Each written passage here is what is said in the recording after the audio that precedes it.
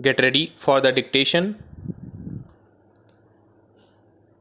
Start. Questions of equity apart, the mode and scale of subsidizing has had two effects.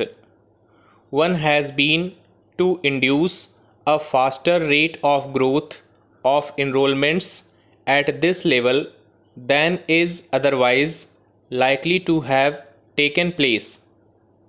In several parts of the country, the fees charged for higher education have remained unchanged for decades, and the rising costs have been almost wholly covered by the subsidies from government. Higher education has therefore become almost free for those who are in a position to meet the other related expenses. The other effect has been to encourage in this sphere, particularly in the last decade, a kind of entrepreneurship with little commitment to the goals of higher education, where the rate of subsidy is high and the rest of the expenditure can be almost wholly covered by fees collected from students. A college can be started and run with very little exertion on the part of the sponsors. In Delhi, 95% of the excess expenditure of a college on all approved items over its income from fees is met by the University Grants Commission. The sponsoring body, whether it is a private agency or a local authority, needs therefore to cover only a very small fraction of a total expenditure on running a college. Naturally, there is no dearth of entrepreneurs for starting colleges with an eye on the patronage and influence they can exercise through their control over them. Though the extent of subsidy is not as high elsewhere, the position is not very different in several other parts of the country where liberal grants in aid are given by state governments to colleges. The main qualification required of the promoters of higher education under these conditions is only that they have the contacts for securing the necessary financial and other support from the powers that be. Where the rate of subsidy is not so high, some adjustments are called for. These are usually made in the fees charged from students and in the teacher-student ratios maintained. Thus, the annual fee for undergraduate education ranges all the way from less than rupees 100 per student, the colleges in Rajasthan, to well over rupees 300 per student in Bombay.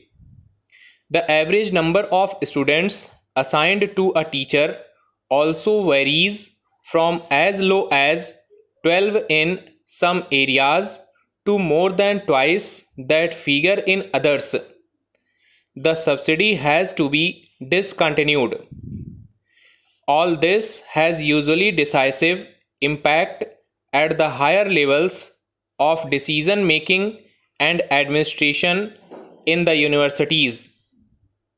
For both the representatives of college managements and of teachers secure representation in the various bodies of the universities of which they form a part. Changes in the structure and content of courses are therefore usually resisted if they call for more appointments at the college level than the managements are prepared to make, or if much more effort is required on the part of the existing staff. If any teaching is organized at the university level, as is generally done for postgraduate courses, the principle of representation has to be usually given considerable weight irrespective of academic considerations.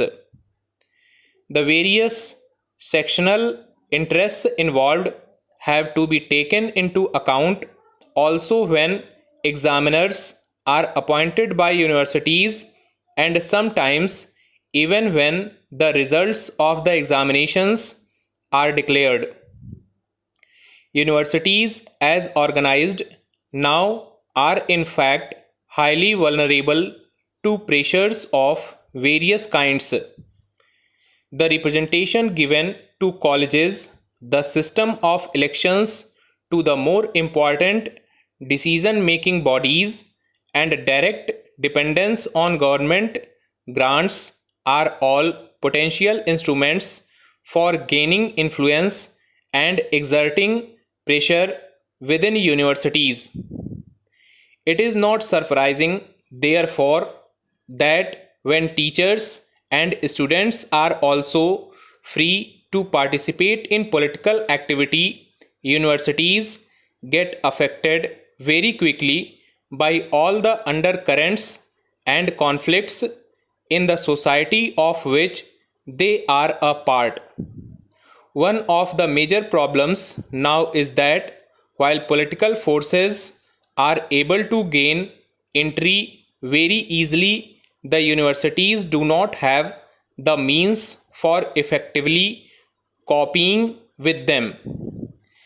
Under these conditions, growth in size beyond a point becomes a particularly serious handicap.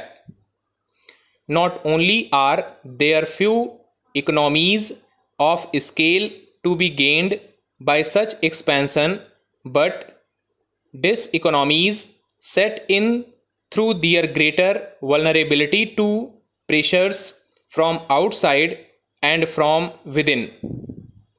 This has become a major problem for many Indian universities. The growing tendencies towards regionalism in the country have also had serious effects on higher education. These tendencies are generally expressed in demands relating to the medium of instruction.